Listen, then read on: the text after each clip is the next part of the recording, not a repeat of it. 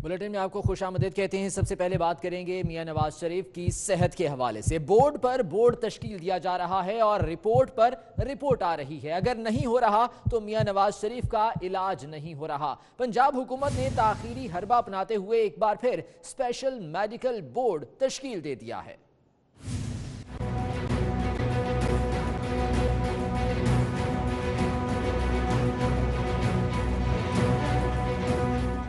हुकूमत पंजाब ने मियां मोहम्मद नवाज शरीफ की तशखीस की हुई बीमारी की मजीद तशखीस के लिए 7 रुकनी स्पेशल मेडिकल बोर्ड तश्कील दे दिया। पंजाब हुकूमत की 2 अस्पताल जिना और PIC नवाज शरीफ को दिल के दौरे की तस्दीक कर चुके हैं, लेकिन बेहिसी का मुजाहरा करते हुए दोनों अस्पतालों ने उनका इलाज करने से इनकार कर दिया। दोनों रिपोर्ट्स में जो अलामात जाहिर हुई उनमें मियां मोहम्मद नवाज शरीफ का फौरी इलाज होना चाहिए था, लेकिन नहीं हुआ। स्टैंडर्ड प्रोसीजर तो यही है, इन पेशेंट्स को दाखिल करना चाहिए और उनकी कॉरोनरी एंजियोग्राफी करनी चाहिए और इनके केस में तो ग्राफ भी देखे जाएंगे ताकि पता चले कि दिल के नीचे की दीवार जहाँ थैलियम इनका पॉजिटिव है क्या वहाँ की ब्लड सप्लाई ग्राफ्ट के ज़रिए या उनकी नेटिव आर्टरी की वजह से कोई कॉम्प्रोमाइज़ तो नहीं, उसमें तंगी तो नहीं या क्लॉट तो नहीं फंसा हुआ, उससे इनकी एक तो ट्रीटमेंट बेहतर हो सकेगी। नया मेडिकल बोर्ड एक बार फिर साबिक वज़ीर आज़म का मुआयना करेगा। मुआयने के बाद एक और रिपोर्ट तैयार करेगा और अपनी सिफारिशात महकमा दाखिला को देगा। इसके बाद क्या होगा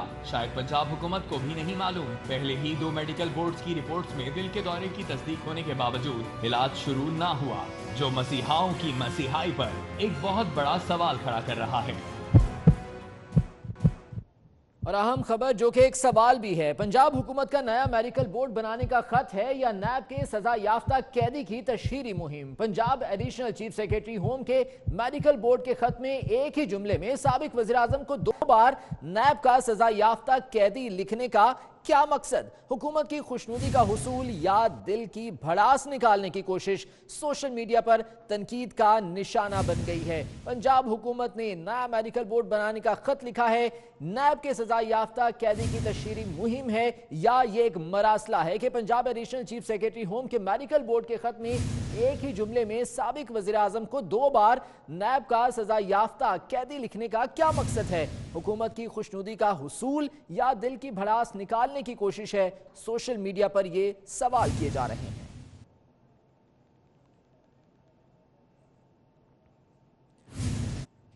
और अब बात कर लेते हैं वजीर रेलवे शेख रशीद की, जिन्होंने लंबी छोड़ दी। कहते हैं पाकिस्तान रेलवे 2 दूर मार मिसाइल बना सकता है। शेख रशीद जो कि मीडिया से बात कर रहे थे और एक बार फिर से उन्होंने लंबी छोड़ी। कहते हैं कि पाकिस्तान रेलवे दूर मार मिसाइल बना सकता है। इसके अलावा और भी बहुत दावे शेख रशीद की जानिब से किए गए। फौज के बाद अगर पाकिस्तान का कोई दूसरा इदारा है तो वो रेलवे है, और जितनी अच्छी फौज कमांड एंड कंट्रोल में चल रही है इंशाल्लाह रेलवे चलेगी। पाकिस्तान रेलवे मिसाइल बना सकता है जी, दूर मार मिसाइल बना सकता है, इतनी इसमें सलाहियत है। आगे बढ़ते हुए आपको बताएंगे वज़ीर मुमलिकत हम्माद अजहर ने कहा है एमनेस्टी स्कीम के मुखालिफत करने वाले गधे हैं। स्कीम की मुखालिफत ऑपोजिशन ही कर रही है, खास तौर पर नून लीग, तो ऐसे में से क्या समझा जाए? लेकिन अगर नहीं दिया हुआ किधर चलेगा, कंफ्यूज कर दोगे, किधर चलेगा, कंफ्यूज कर दोगे, किधर चलेगा, कंफ्यूज कर दोगे। ये अभी कल ही की बात है कि वजीर खजाना असद उमर वजीर मुमलिकत बराए रेवेन्यू हम्माद अजहर को प्रेस कॉन्फ्रेंस में कह रहे थे, यार कंफ्यूज ना कर, किधर चलेगा, कंफ्यूज कर दोगे, किधर चलेगा, कंफ्यूज कर दोगे, किधर चलेगा, कंफ्यूज कर दोगे। हम्माद अजहर ने शायद असद उमर की बात कि जो एमनेस्टी स्कीम की मुखालिफत कर रहे हैं वो गधे हैं। जो शख्स ये कहता है ना कि एमनेस्टी है, मेरा ख्याल है उससे बड़ा गधा कोई नहीं है। उसको चाहिए कि ज़रा पहले कानून को पढ़ ले कि भाई एमनेस्टी नहीं है बल्कि तेज़ किया गया कानून को, कि जो काम 1 साल में होता था 2 साल में होता था वो अब हम 2 हफ्ते में FBR में करेंगे। क्योंकि सबसे ज्यादा मुखालिफत तो एमनेस्टी स्कीम की ऑपोजिशन ही कर रही है। वज़ीर मुमलिकत के बयान के बाद अगर ऑपोजिशन उनके खिलाफ तहरीके इस्तेहकाक पेश कर दे कि उन्हें गधा कहा गया, जिस पर हम्माद अजहर मुआफी मांगे, तो क्या होगा? क्या इस पर भी असद उमर के ये कहने से काम चल जाएगा? किधर चलेगा, कंफ्यूज कर दोगे, किधर चलेगा, कंफ्यूज कर दोगे, किधर चलेगा। اور اسے کہتے ہیں دوسروں کو نصیحت خود میاں فصیحت۔ وفاقی وزیر اطلاعات فواد چودھری نے کہا ہے کہ اپوزیشن کو وزیر اعظم کا احترام کرنا ہوگا، لیکن جب عمران خان اپوزیشن میں تھے تو وہ وزیر اعظم کا کتنا احترام کرتے تھے۔ آپ کو بتاتے چلیں کہ وفاقی وزیر اطلاعات فواد چودھری نے یہ تلقین کی ہے اپوزیشن کو کہ پوری اپوزیشن کو چاہیے کہ وہ وزیر اعظم کا احترام کرے، لیکن جب عمران خان اپوزیشن میں تھے تو وہ کافی زیادہ نازیبا الفاظ استعمال کرتے تھے اس وقت کے وزیر اعظم کے بارے میں۔ آپ کو بتاتے چلیں آج وفاقی وزیر اطلاعات فواد چودھری کی جانب سے بیان کیا گیا جس میں ان کا یہ کہنا تھا کہ اپوزیشن کو چاہیے وزیر اعظم کا احترام کرے۔ مزید ان کا کیا کہنا تھا جانیں گے اسلام آباد سے بشیر چودھری کی رپورٹ میں۔ پاکستانی سیاست میں اختلاف رائے کو ذاتی حد تک لے جانے کا صحرا پاکستان تحریک انصاف کے سر ہے۔ 30 نومبر 2011 کے جس جلسے نے تحریک انصاف کو جنم دیا تھا، اس جلسے میں عمران خان نے نون لیگ اور تحریک انصاف کے اختلافات کو نورا کشتی قرار دیا تھا، جس کے بعد سے تحریک انصاف کی جانب سے سوشل میڈیا پر مخالفین کو خوب لتاڑنے کا سلسلہ شروع ہوا۔ کیونکہ ڈاکو اس ملک کا پیسہ چوری کر کے باہر لے جاتے ہیں، یہ ڈاکو ملک کو دونوں ہاتھوں سے لوٹ رہے ہیں، ہمارے پاس پیسہ نہیں ہے ملک چلانے کے لیے، قرضوں میں یہ ملک ڈوب رہا ہے۔ 2013 کے انتخابات کے بعد عمران خان جب اپوزیشن کے طور پر قومی اسمبلی میں آئے تو انہوں نے منتخب وزیر اعظم کو ماننے سے انکار کرتے ہوئے ان سے مستعفی ہونے کا مطالبہ کیا، دھرنا دیا اور پارلیمان پر لعنت بھیجی۔ عمران خان نے کنٹینر پر کھڑے ہو کر اسفندیار ولی، مولانا فضل الرحمان، محمود خان اچکزئی کے نام بگاڑے اور نقلیں اتاری، یہاں تک کہ سیاسی رہنماؤں کے بارے میں یہ تک کہا کہ ان کی شلواریں گیلی ہو گئی ہیں۔ مولانا صاحب کا نام یاد کر کے ڈیزل کا نام میں بھول ہی گیا کیا کہنا چاہتا تھا۔ اور اچکزئی کا ذرا ڈرامہ سنو، بڑی چادر پہنی ہوئی ایسے کر کے بڑا کوئی دیسی آدمی لگ رہا ہے۔ میں بھی تھوڑی دیر کے لیے پاگل بن گیا اچکزئی سے، میں بھی کہا بڑا کوئی ملنگ آتی ہے۔ عمران خان نے صرف سیاسی حریفوں کو ہی نہیں بلکہ اس وقت کی انتظامیہ اور پولیس افسران کو بھی دھمکیاں دی تھیں کہ وہ انہیں اپنے ہاتھوں سے پھانسی لگائیں گے۔ نعیم الحق کی طرف سے شہباز شریف اور سعد رفیق کے پروڈکشن آرڈر رکوانے کے بیان پر اپوزیشن برہم ہو گئی۔ خواجہ آصف کا کہنا ہے کہ بیان دینے والے کی اپنی کوئی حیثیت نہیں۔ نون لیگ کا ججز کی تعداد بڑھانے پر بھی تحفظات کا اظہار۔ اسی حوالے سے ولی چودھری کی رپورٹ دیکھتے ہیں۔ پارلیمنٹ ہاؤس کے باہر سابق وزیر اعظم شاہد خاقان عباسی نے خواجہ آصف اور مریم اورنگزیب کے ہمراہ میڈیا سے گفتگو کرتے ہوئے کہا کہ اسلام آباد ہائی کورٹ میں 6 ججز ہیں، یہ تعداد بڑھانے کی وجہ کا کوئی جواب نہیں دیا گیا۔ حکومتی بینچز نے منظوری دی کہ ٹیکس چور ملک کے ججز بن سکتے ہیں۔ انہوں نے کہا کہ نعیم الحق نے ٹویٹ کر کے اپوزیشن کو پروڈکشن آرڈر رکوانے کی دھمکی دی۔ یہ شخص بھی دعویٰ ہے کہ ایس اے پی ایم ہے، special assistant to prime minister on political affairs. انہوں نے 3 ٹویٹ کیے اور اس میں لیڈرز اپوزیشن کو دھمکی دی اور کہا کہ آپ جیلوں میں سڑنا چاہتے ہیں، آپ کہ میں پروڈکشن آرڈر بند کرا دوں گا۔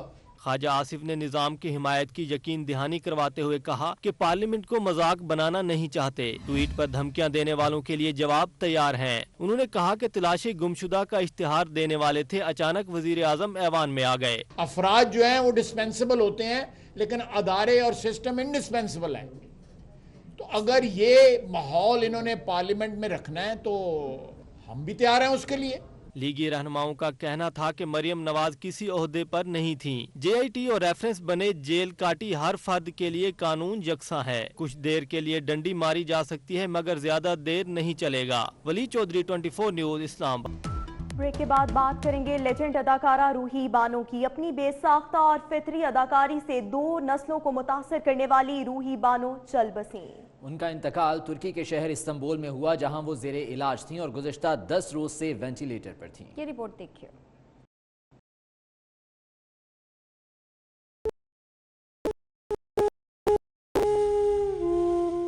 10 اگست 1951 کو کراچی میں پیدا ہونے والی روحی بانو کا شمار اعلیٰ تعلیم یافتہ فنکاروں میں ہوتا تھا۔ انہوں نے گورنمنٹ کالج لاہور سے سائیکالوجی میں ماسٹرز کیا۔ وہ بر صغیر کے مشہور طبلہ نواز استاد اللہ رکھا کی صاحبزادی تھی۔ انہیں پی ٹی وی لاہور مرکز کے پروڈیوسر یاور حیات نے اپنے ایک کھیل کے ذریعے متعارف کرایا تھا، جس کے بعد انہوں نے کئی ڈراموں میں یادگار کردار ادا کیے۔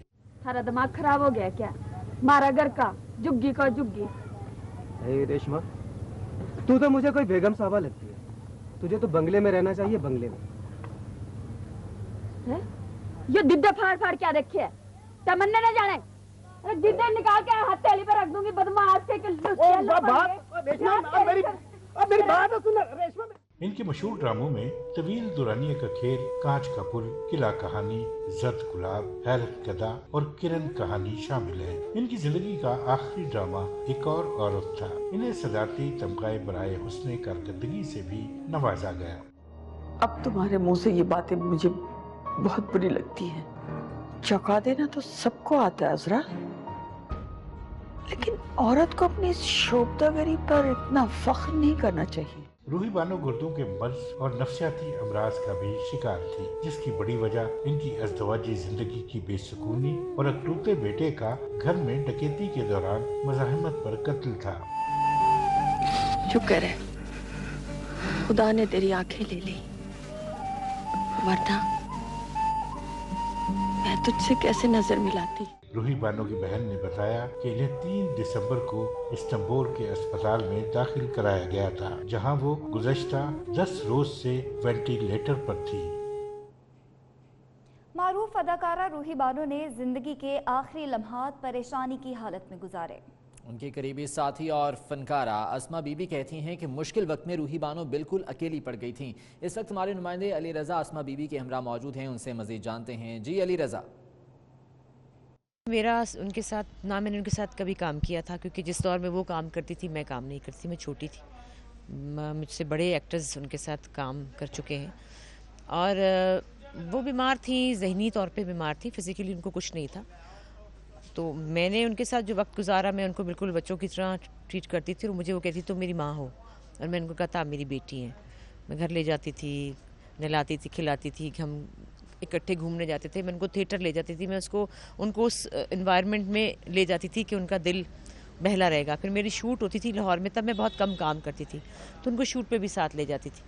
लेकिन मैंने वहाँ पे भी देखा कि थोड़ी देर के बाद उनके अपने साथी जो उनके साथ काम कर चुके हैं, वो थोड़ी देर बाद के मुझे कहते हैं अस्मा तुम्हारा बड़ा हौसला है, और आहिस्ता आहिस्ता वो खिसक जाते थे, क्योंकि वाइल्ड भी हो जाती थी, गालियाँ भी दे देती थी, फिर एकदम से प्यार भी करने लगती थी। ठीक है। ब्रेक के बाद आपको बताएं, कराची में कायम गैर कानूनी शादी हॉल फौरी तौर पर मिसमार करने का हुक्म दे दिया गया। जमीनों की तब्दीली, बिल्डिंग प्लान, इजाजतनामों पर भी पाबंदी आयद कर दी गई। सुप्रीम कोर्ट के अहकामात पर Sindh building control authority action में आ गई। डायरेक्टर जनरल SPCA के मुताबिक बिल्डिंग कंट्रोल में जमाशुदा तमाम केसेस को मनसूख समझा जाए।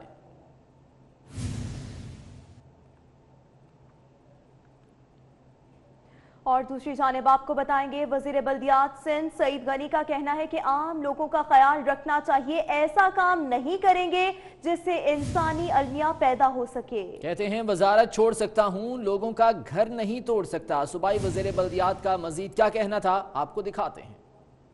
वो थर्ड पार्टी इंटरेस्ट क्रिएट हो गया है और आम लोगों ने बेचारों ने वो घर ले लिए हैं, वो रह रहे हैं उनके अंदर, तो हमें उन लोगों का भी ख्याल करना चाहिए। हम कोई भी ऐसा काम नहीं करेंगे जिससे कराची शहर के अंदर एक इंसानी अलमिया जन्म ले।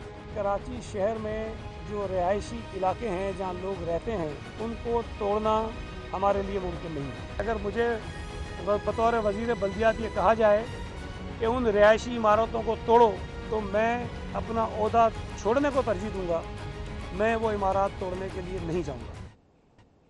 आगे बढ़ते हुए बात करेंगे सानिहा साहिवाल की। सानिहा साहिवाल में जाँ बहक होने वाले खलील के भाई जलील का कहना है कि हमें पैगाम मिला कि आपकी सदर मुमलिकत और चेयरमैन सेनेट से मुलाकात कराई जाएगी। कहते हैं कि मेरे भाई को सारा दिन सड़कों पर फिराया जाता रहा, हुकूमत ने हमें मायूस किया। उनका मजीद क्या कहना था, आप भी देखिए।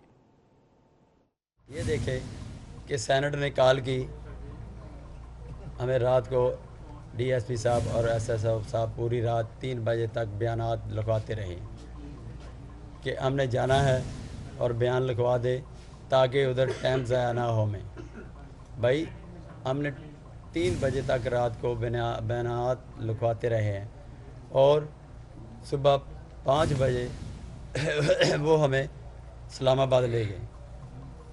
पूरी रात पूरा दिन, अभी टाइम क्या हो गया, अभी पिंडी के चक्कर लगा रहे हैं, कभी होटल पे जा रहे हैं, खाना खा रहे हैं, कभी वो पांपे छोड़ रहे हैं, कभी वो ऐसे कर रहे हैं। ادھر جا کے پتہ چلا کہ صدر صاحب کراچی چلے گئے ہیں اور سینٹ صاحب وہ بھی چلے گئے ہیں. بھائی یہ کیا مذاق ہو رہا ہے ہمارے ساتھ؟ یہ کیا ہے؟ یہ تماشا لگا رہے ہیں ہمارا. پہلے تھوڑا لگ گیا ہے.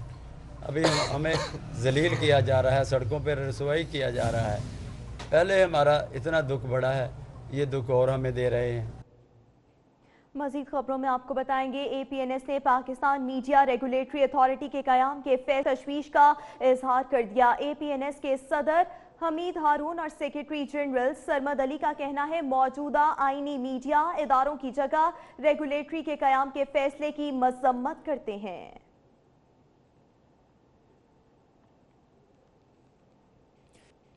وطن کی خاطر جانوں کا نذرانہ پیش کرنے والے سپوتوں کا نام ہمیشہ زندہ رہے گا. ملک و قوم کے لیے جانیں قربان کرنے والے ہر شہید کو قوم سلام پیش کرتی ہے.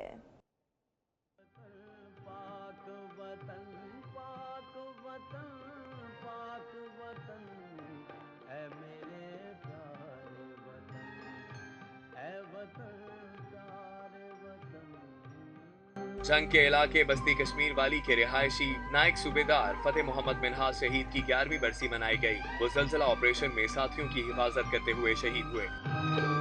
ہری پور کے سپاہی محمد شبیر شہید کی 20ویں برسی منائی گئی. وہ 1999 کو سیاچن میں برفانی تودہ گرنے سے شہید ہوئے. میاں والی کے